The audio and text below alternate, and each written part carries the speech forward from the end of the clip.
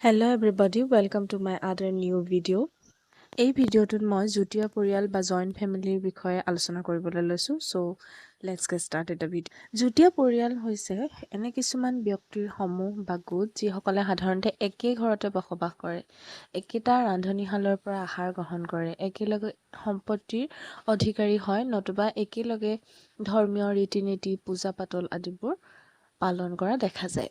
অ.পি. দেশাইৰ মতে যিবোৰ পৰিয়ালে কেইবা পুৰুষো ধৰি একেলগে বসবাস কৰে আৰু সম্পত্তিৰ উপাৰ্জন, পাৰস্পৰিক দায়িত্ব তথা কৰ্তব্যৰ সৈতে পৰস্পৰৰ সৈতে জড়িত হৈ পৰে। এইবাৰ আমি চাম যুটীয়া পৰিয়ালৰ কি বৈশিষ্ট্য আছে। যুটীয়া পৰিয়ালৰ প্ৰথম আৰু প্ৰধান বৈশিষ্ট্যটো হৈছে ইয়াৰ আকাৰ ডাঙৰ। বৃহৎ আকাৰ যুটীয়া পৰিয়ালৰ প্ৰথম আৰু প্ৰধান বৈশিষ্ট্য। বিশেষকৈ এই পৰিয়ালত কেইবাটাও প্ৰজন্ম একেলগে হৈ বসবাস কৰাৰ বাবে এনে পৰিয়ালৰ আকাৰ সাধাৰণতে ডাঙৰ হয়। দ্বিতীয়টো হৈছে উমৈহতীয়া বাসস্থান। যুটীয়া পৰিয়ালৰ সদস্যসকলে একেটা ঘৰতে একেলগে বসবাস কৰে। অৱশ্যে কেতিয়াবা চাকৰিৰ সূত্ৰে পৃথকে বসবাস কৰে যদিও তেওঁলোকে মূল ঘৰখনৰ সৈতে সম্বন্ধ ৰাখে। তৃতীয়তে উমৈহতীয়া ৰান্ধনীশাল। যুটীয়া পৰিয়ালৰ সদস্যসকলে একেটা ঘৰতে বসবাস কৰাৰ বাবে একেটা চৰুৰ পৰা আহাৰ গ্ৰহণ কৰিব লগা হয়। কিন্তু এই আহাৰ গ্ৰহণৰ সময়ত সামূহিকভাৱে পুৰুষ আৰু মহিলাক পৃথকে আহাৰ গ্ৰহণ কৰা দেখিবলৈ পোৱা যায়।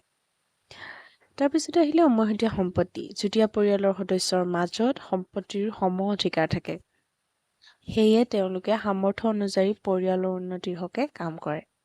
পাৰস্পৰিক অধিকাৰ আৰু কৰ্তব্য। যুটীয়া পৰিয়ালৰ সদস্যসকলে পাৰস্পৰিক অধিকাৰ আৰু কৰ্তব্য দায়িত্ব সহকাৰে পালন কৰা দেখিবলৈ পোৱা যায়।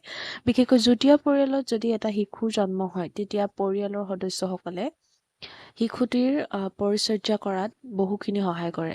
কিন্তু আজিৰ তাৰিখত এই যুটীয়া পৰিয়াল ভাঙি যোৱাৰ বাবে যিদৰে এই দায়িত্বটো চাইল্ড কেয়াৰ চেণ্টাৰে লৈছে, কিন্তু আগৰ সময়ত যুটীয়া পৰিয়ালেই শিশু যতনৰ দায়িত্বত মূল ভূমিকা পালন কৰিছিল। তাৰপিছতে আহিলে আৰ্থিক স্থিৰতা। যুটীয়া পৰিয়ালত একক পৰিয়ালতকৈও দৃঢ়ভাৱে আৰ্থিক স্থিৰতা পৰিলক্ষিত হয়, কিয়নো তেওঁলোকে একেটা ৰান্ধনীশালৰ পৰাই আহাৰ গ্ৰহণ কৰে। কম খৰচতে তেওঁলোক চলিব পাৰে। সাংস্কৃতিক ধাৰাবাহিকতা। যুটীয়া পৰিয়ালৰ সদস্যসকলে পৰিয়ালটোৰ পৰম্পৰা, ৰীতি-নীতি, চাল-চলন, সামাজিক আৰু ধৰ্মীয় পদ্ধতি মানি চলাৰ ফলত সাংস্কৃতিক ধাৰাবাহিকতা বজাই ৰাখিব পাৰে। এনে পৰিয়ালৰ কোনো সদস্যই সাধাৰণতে প্ৰচলিত প্ৰথা ভংগ কৰিব নোৱাৰে, কাৰণ এই পৰিয়ালত নিয়ন্ত্ৰণৰ ব্যৱস্থাও দৃঢ়। কৃষি উৎপাদনৰ গোট। ভাৰতীয় পৰম্পৰাগত কৃষি কাৰ্যত যুটীয়া পৰিয়ালৰ প্ৰভাৱ গুৰুত্বপূৰ্ণ। মূলতঃ কৃষি কাৰ্যক কেন্দ্ৰ কৰিয়েই যুটীয়া পৰিয়ালৰ সূচনা হয়। পৰম্পৰাগত কৃষিশৈলীৰ অধিক সংখ্যক মানুহ প্ৰয়োজন হোৱাত যুটীয়া পৰিয়াল ব্যৱস্থাই গঢ় লৈ উঠিছিল।